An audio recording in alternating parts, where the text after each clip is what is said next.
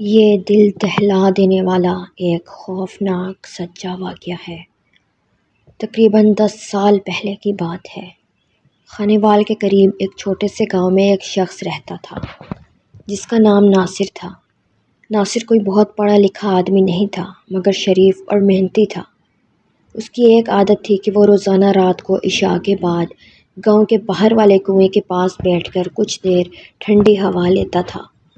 کنواں بہت پرانا تھا، کہا جاتا تھا کہ انگریزوں کے دور میں بنا تھا اور کئی سال سے خشک بھی پڑا تھا۔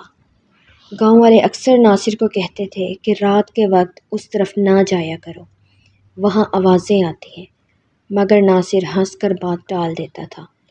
وہ کہتا تھا کہ میں نے آج تک کوئی چیز نہیں دیکھی، یہ سب وہم کی باتیں ہیں۔ ایک رات جب وہ کنویں کے پاس بیٹھا ہوا تھا تو اسے ایسا لگا جیسے کنویں کے اندر سے کچھ ہل رہا ہے۔ پہلے اسے لگا شاید کوئی جانور گر گیا ہو، مگر جب اس نے دھیان سے سنا تو نیچے سے جیسے کوئی آہستہ آہستہ رو رہا تھا۔ ناصر کو عجیب سا احساس ہوا، لیکن وہ پھر بھی نیچے جھانک کر بولا، کون ہے؟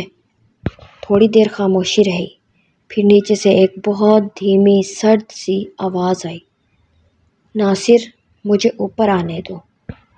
ناصر کا دل جیسے سینے میں جم گیا، وہ پیچھے ہٹ گیا۔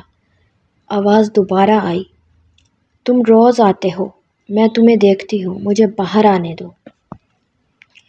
وہ آواز کسی عورت کی تھی مگر اس کا لہجہ انسانوں جیسا بالکل بھی نہیں تھا۔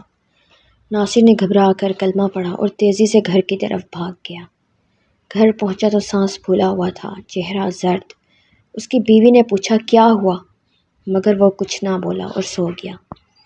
اگلی رات وہ کنویں کے پاس نہیں گیا، لیکن وہ آواز جیسے اس کے دماغ میں گونج رہی تھی۔ وہ سوتے سوتے چونک کر اٹھ جاتا، یوں لگتا جیسے کوئی اس کے کان کے پاس آ کر سرگوشی کرتا ہو۔ چوتھی رات اس سے برداشت نہ ہوا، وہ دوبارہ کنویں پر گیا، بس یہ سوچ کر کہ شاید وہم ہو۔ وہاں جا کر بیٹھا تو پہلے ہی منٹ میں وہی آواز دوبارہ نیچے سے آئی، ناصر، تم آ گئے ہو، مجھے خوشی ہوئی۔ آواز اس بار پہلے سے زیادہ واضح، زیادہ قریب اور زیادہ خوفناک تھی۔ ناصر نے ڈرتے ہوئے کہا، تم کون ہو؟ نیچے مکمل خاموشی ہو گئی۔ پھر چند لمحوں بعد آواز آئی، ایک عجیب سی ہنسی کے ساتھ بولی، میں وہ ہوں جسے تمہارے بزرگ جانتے تھے۔ اس کنویں میں مجھے باندھا گیا تھا، مگر تم نے 4 راتیں مجھے یاد کیا ہے، اب میں آزاد ہونے لگی ہوں۔ ناصر کا بدن کپ کپانے لگا۔ اس نے پوری طاقت سے سورہ اخلاص، فلق، ناس پڑھنا شروع کیا، اور جو ہی اس نے پڑھنا شروع کیا، کنویں کی اینٹیں ہلنے لگی۔ ایسا محسوس ہوتا تھا جیسے اندر سے کوئی دیوار کو زور زور سے مار رہا ہو۔ پھر اچانک کنویں کے اندر سے ایک گرم لو نکلی، جیسے بھٹی کا دروازہ کھل گیا ہو۔ ناصر خوفزدہ ہو کر پیچھے ہٹا تو نیچے سے ایک آخری جملہ آیا، ناصر، اب تم میرا نام کبھی نہیں بھولو گے، کیونکہ تم نے مجھے جگایا ہے۔ یہ سنتے ہی ناصر بے ہوش ہو کر وہیں گر گیا۔ اگلی صبح جب گاؤں والے گزرے تو انہوں نے ناصر کو کنویں کے پاس بے ہوش پایا۔ گھر لے گئے، پانی چھڑکا، ہوش آیا، اس کی آنکھیں کھلی تھی مگر نظریں ایک جگہ جم گئی تھی، زبان خشک، ہونٹ کانپ رہے تھے اور جسم پر جیسے جان ہی نہ ہو۔ مولوی صاحب نے جب اس سے پوچھا، ناصر، تم نے کنویں میں کیا دیکھا تھا؟ تو ناصر نے فوراً جواب نہیں دیا۔ کچھ دیر بعد اس کے منہ سے بس ایک جملہ نکلا، وہ اکیلی نہیں تھی۔ یہ سن کر سب خاموش ہو گئے۔ ناصر نے بتایا کہ جب وہ بے ہوش ہونے سے پہلے کنویں کے پاس کھڑا تھا تو گرم لو نکلنے کے ساتھ ہی اسے ایسا محسوس ہوا جیسے کنویں کے اندر ایک نہیں کئی سانسیں ایک ساتھ چل رہی ہوں، جیسے کوئی نیچے اندھیرے میں کھڑا ہو کر سانس روک کر سن رہا ہو۔ گاؤں کے ایک بزرگ بول پڑے، یہ کنواں عام نہیں ہے، یہاں کبھی پانی نہیں تھا، یہاں چیزیں قید کی جاتی تھیں۔ ناصر کو اس دن بہت تیز بخار ہو گیا، ایسا بخار جو دوائی سے نہیں اتر رہا تھا۔ وہ نیم غنودگی میں بار بار ایک ہی بات دہراتا، 4 راتیں، اب وہ جان گئی ہے۔ اس کی بیوی نے بتایا کہ ناصر نیند میں بار بار اٹھ کر کنویں کی سمت دیکھتا اور کہتا، وہ کھڑی ہے، بس کنارے سے ذرا پیچھے۔ ایک رات تقریباً 3 بجے ناصر اچانک اٹھ کر چارپائی پر بیٹھ گیا۔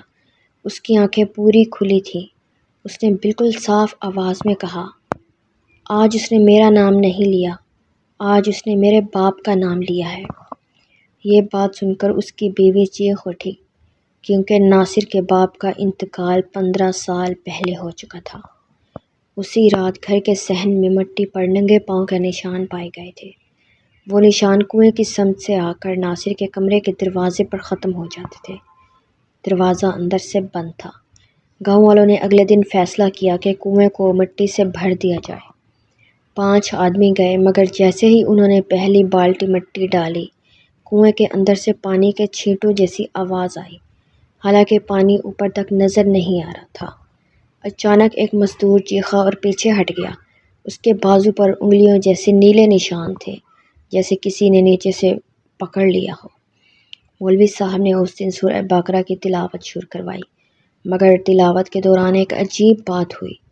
ناصر جو 4 دن سے تقریباً خاموش تھا، وہ اچانک چیخ پڑا، نہ پڑھو، وہ سن رہی ہے۔ یہ جملہ اس کی اپنی آواز میں نہیں تھا۔ اس رات کے بعد ناصر کے گھر میں عجیب سے واقعات ہونے لگے۔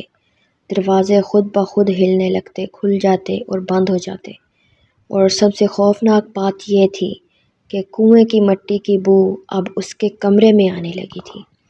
آخر کار ناصر نے خود کہا کہ یہ مخلوق میرے ساتھ ہے، جب تک میں یہاں ہوں یہ نہیں جائے گی۔ چند دن بعد وہ بغیر کسی کو بتائے رات کے وقت گاؤں چھوڑ گیا۔ کہاں گیا کسی کو نہیں معلوم، لیکن کنواں آج بھی موجود ہے۔ گاؤں کے لوگ کہتے ہیں کہ اب بھی اگر کوئی وہاں عشاء کے بعد رک جائے تو کنویں کے اندر سے کبھی کبھی آہستہ آواز آتی ہے، ناصر تو چلا گیا، تم رک جاؤ۔ اور جو یہ آواز سن لیتا ہے وہ دوبارہ اس کنویں کے پاس نہیں جاتا۔ اس لیے گاؤں والے آج بھی اسے کنویں والی سرگوشی کہتے ہیں، اور کوئی بھی وہاں رات کو نہیں جاتا۔